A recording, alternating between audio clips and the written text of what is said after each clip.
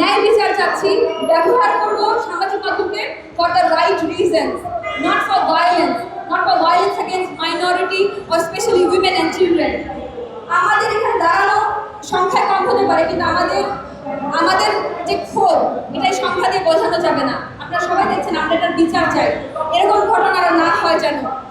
এরকম ঘটনা যখন সামনে আসে নিউজের মাধ্যমে, আরো উৎসাহ পায় মানুষজন। আমাদের এটাই ঠেকাতে হবে, আমাদের বন্ধ করতে হবে। এই culture of impunity, culture of জবাবদিহিতা নাই যে, এটা আমরা রুখে দাঁড়াবো। আমরা সবাই একসাথে আছি এবং একবদ্ধ হয়ে কাজ করবো যেন এই ধরনের নির্যাতনের ঘটনা আর না ঘটে। এবং নিজের জায়গা থেকে আমরা আমাদের নেইবারহুড, আমাদের কমিউনিটিতে প্রোটেক্ট করবো সবাইকে। আমরা এখনো সামাজিক প্রতিরোধী, আমরা আরো আদালত কিভাবে আমরা এই ধরনের ঘটনা যেন আরো না হয়, ন্যায় বিচার যেন সুষ্ঠুভাবে হয়, এর প্রতিশ্রুতি আমরা দিচ্ছি। ধন্যবাদ সবাইকে। গত এক সপ্তাহে স্পেশাল করেন না, এটা কি ডে ইভেন্ট বেশি খুব জরুরি। সত্যের পর জরুরি। সামাজিক প্রতিরোধ কমিটি থেকে আমরা নিন্দা জানাচ্ছি এবং নিরাপত্তাহীনতা ভুগছি। আমরা রাস্তায় নিরাপদ না, বাইরে নিরাপদ না, এমনকি ঘরে নিরাপদ না। তাহলে আমাদের নিরাপত্তাটা কোথায়? কে দিবে আমাদের নিরাপত্তা? প্রশ্ন আপনাদের কাছে। আজ জুলাই মাসের শুরুতে আমরা এখানে একত্রিত হয়েছি। আপনারা যারা জুলাইয়ের যোদ্ধা বলে নিজেদেরকে দাবি করেন, তাদের কাছে প্রশ্ন, আপনারা কি এই দেশটা চেয়েছিলেন? আপনারা কি এই দেশের বিরোধিতা করেন নাই?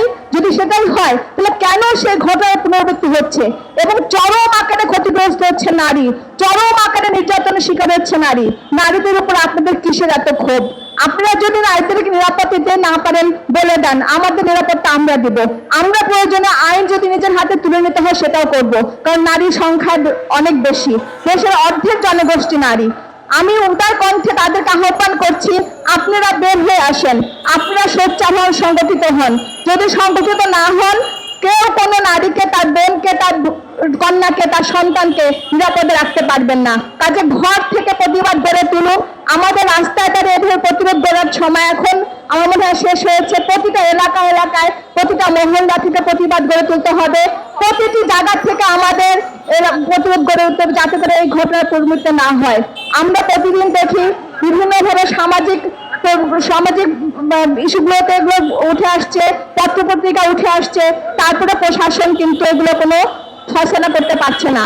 যারা এই ধরনের অপরাধ ঘটায় তাদেরকে দ্রুত বিচারের আওতায় নিয়ে আসেন এবং দৃষ্টান্তমূলক শাস্তি দেন, যাতে করে কোনো অপরাধী অপরাধ করে পার পেতে না পারে এবং এমন অপরাধ যাতে করে আর কেউ সংগঠিত না করে। আপনারা সোচ্চার হন, প্রশাসন কঠোর হন। যদি তাহলে না হন, তাহলে এই দেশের নারীকে, আপনার অর্ধেক জনগোষ্ঠীর নারীকে কিন্তু নিরাপদ দিতে পারবেন না। এই দেশ আমাদের।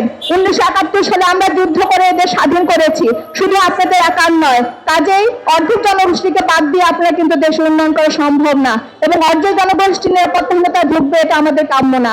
সবাইকে ধন্যবাদ জানিয়ে বক্তব্য শেষ করছি।